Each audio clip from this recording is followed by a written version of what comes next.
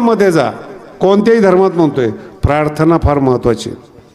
ईसाई धर्म असो, मुस्लिम धर्म, प्रार्थनेचं नाव बदललेलं आहे, प्रार्थनेची पद्धत बदललेली आहे.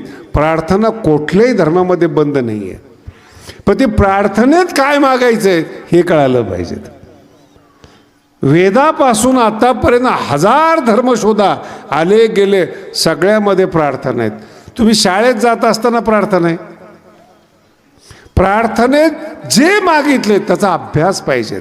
आता माझा ऐसे करी देवा, प्रारब्धवशात, पूर्व प्रारब्धवशात नाही आम्हाला चांगलं सुचत, नाही आम्हाला कंट्रोल नाही होत, आम्हाला वाटतं संत व्हावं, आम्हाला वाटतं परमार्थामध्ये यावं, कंट्रोल होत नाही ना, सद्गुणाच्या शेजारी या.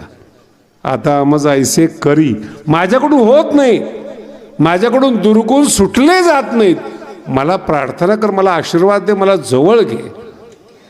तुझे पाय चित्ती धरी, तुझं ज्ञान तुझं चित्तात धरलं गेलं पाहिजेत.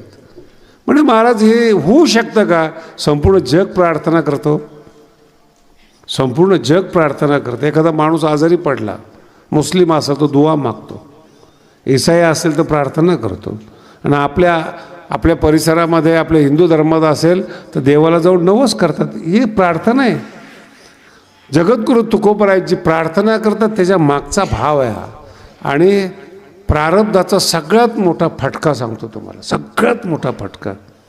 हे जे 2 चरण आहेत ना, हे फार साधे आहेत, सरळ आहेत. दुर्बुद्धी ते मना आणि देवा, आता माझा ऐसे करी, तुझे पाय, मी प्रार्थना करतो की मला सन्मार्गाला लाव. पण तिसरा जो मुद्दा आहे ना, तो जगातला सगळ्यात खतरनाक मुद्दा आहे. तिसऱ्या चरणात उपजला भाव, भाव उपजला भाव, भाव उपजला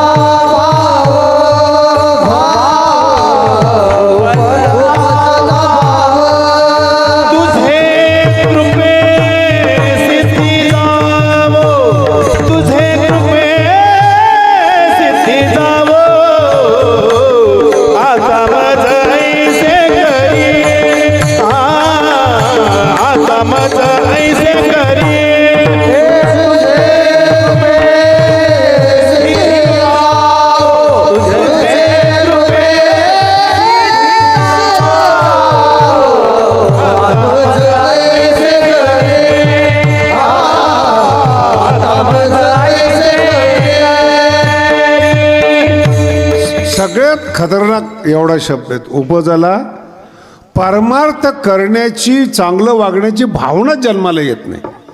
हे ज्ञानी लोकांबद्दल बोलतो, हे पहिलंच सांगितलंय. हा अभंग सत्कर्म करणाऱ्या लोकांसाठी आहे. जे वाईट आहे ते वाईटच आहेत. चांगली भावनाच निर्माण होत नाही, उपजत नाही. उपजला, भगवंत प्राप्त करून घ्यावा, हे परमार्थिक लोकांच्या मनात भावना उत्पन्न होत नाही. बऱ्याचशा परमार्थिकांना पाहतो मी, लोकांना पाहतो, त्यांच्या जवळ बसल्यानंतर त्यांचे संस्कार मला समजतात. वर्षभराची डायरी दाखवतात महाराज, रोज 3 कीर्तनं. उपजला. काही माणसं म्हणतात आम्ही कीर्तन न करता आम्हाला सगळं जागेवर मिळतं. हे काही भाव आहे? आपण मनुष्य म्हणून जन्माला आलो, ही काही वस्तू आहे? त्याच्या पुढं जाऊन सांगतो, एखादा दुकानदार असेल, मरेपर्यंत एकच इच्छा करतो, वाढावे, संतान गृही व्हावे. हे भाव आहे. अहो, भाव जन्माला येणं याच्यासाठीच प्रारब्ध लागतं, याच्याकरता पुण्य लागतं. संताजवळ योग्य मागावं, संत कळावेत, हे दोन्ही गोष्टी आहेत. संत कळावेत म्हणून पुण्य लागतं. मग ह्याचा दृष्टांत मी तुम्हाला आत्ता दिला. संतांच्या घरात जन्माला आली सीता आणि देवाच्या बरोबर 12 वर्ष राहिली. उपजला भाव, जमलंच नाही तिला. हरणीचा भाव जन्माला आला, आयुष्य उद्ध्वस्त करून घेतलं. देव आणि संत दोन्ही एकत्रित असताना सुद्धा चांगली सद्भावना उत्पन्न होत नाही.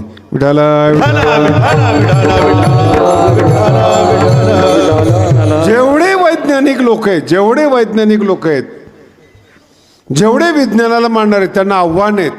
आव्हान का चांगली भावना उत्पन्न होत नाही? अभ्यास करून बघा. याला आम्ही प्रारब्ध म्हणतो. इथं अध्यात्मशास्त्र सफल आहे.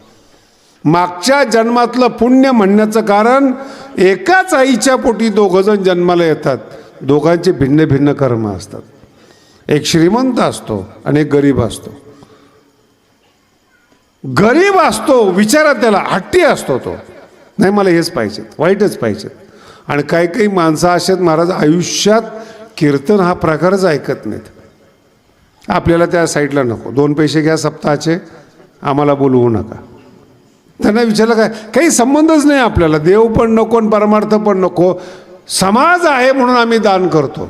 ऐकायची भावना होत नाही. आणि परमार्थातलं पहिलं पायरी हे श्रवण आहे. विठाला पहिली पायरी ऐकणे, पहिली पायरी.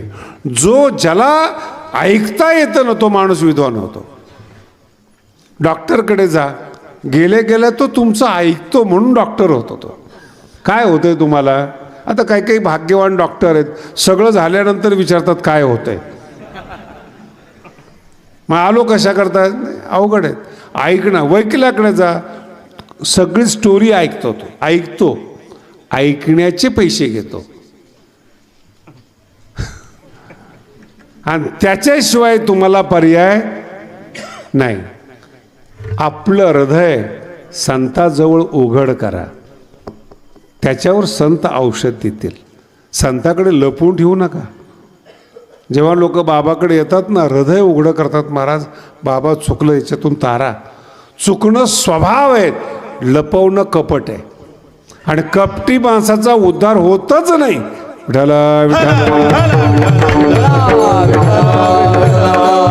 एकदम तुकोबरायची भाषा सांगतो मी, ज्यांचा गाथा जगात प्रसिद्ध आहेत. ते म्हणतात, मी अनाथ अपराधी कर्महीन. उघडा करा ना, तुम्हाला मोठं व्हायचं ना, उणीव दाखवा आपली. जगातले सगळे प्रेमविवाह 99% सफल होत नाही. किती टक्के? ते उणीव दाखवतच नाही एकमेकाला. भेटल्या भेटल्या सांगतात, तुझ्यासाठी मी चंद्रसूर्य आणतो. नाही कळालं तुम्हाला? भेटल्या भेटल्या आणि बेस्ट कपडे घालतील, बेस्ट फॅशन करतील, नको तो मेकअप लावतील. मेकअप कळलं का तुम्हाला? स्वतःला फसवणं म्हणजे मेकअप करणे. मी जशी आहे तशी दिसत नाही म्हणजे मेकअप. चांगली दिसते, आता ते त्याला चांगली पाहायची सवय. चेहरा धुतल्यानंतर मुलं बघा तुम्ही, नाही नाही ते कपडे उधार, मित्राचे कपडे आणतात तो उधार, आजच्या दिवस दे. इम्प्रेशन टाकण्यासाठी गाडी दुसऱ्याची आणतात.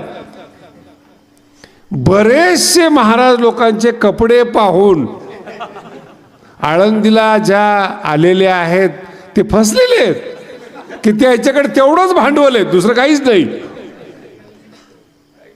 मुद्दा लक्षात, दिसतं आतमध्ये काही नाही आहे, आतलं नाही दाखवत. आणि जेव्हा खरं कळतं ना, मग तेव्हा असलेली श्रद्धा पण नष्ट होते. महाराज मी एका साधूला बघितलं, आयुष्यभर दुसऱ्या जातीचा आहे म्हणून प्रसिद्ध झाला तो. आणि किती वर्ष, 60, स्वतःची जात लपवली त्यांनी. आणि जेव्हा ते गेले तेव्हा तिथल्या लोकांना असं विचारलं की बुवा कोणी घरातला पाहुणा आणू अंत्यविधीसाठी. जेव्हा अंत्यविधीसाठी पाहुणा आणायला गेल्यानंतर जात कळाली. लोक म्हणजे 60 वर्ष लपवलं. काय लपवायचं कारण आहे? तुम्ही कोणत्याही जातीतले जरी असलात तरी मनुष्यच आहात ना, नाही का? कोणत्याही जातीतले जरी असलात तरी तुम्ही मनुष्य आहात. एवढं देवासाठी पुष्कळ आहे. माणसाचं सोडून द्या. माणसं जातीवाद नाईलाजानं करतात. गुणवत्ता असेल तर जातीवाद होत नाही. माझं आव्हान आहे तुम्हाला. पटतंय तुम्हाला? नाही पटत ना. तुमच्या हातात मोबाईल आहे, कोणत्या जातीच्या माणसाने केला माहिती आहे तुम्हाला? नाही वापरता ना मोबाईल, तिथं तुम्ही जात नाही पाहत ना.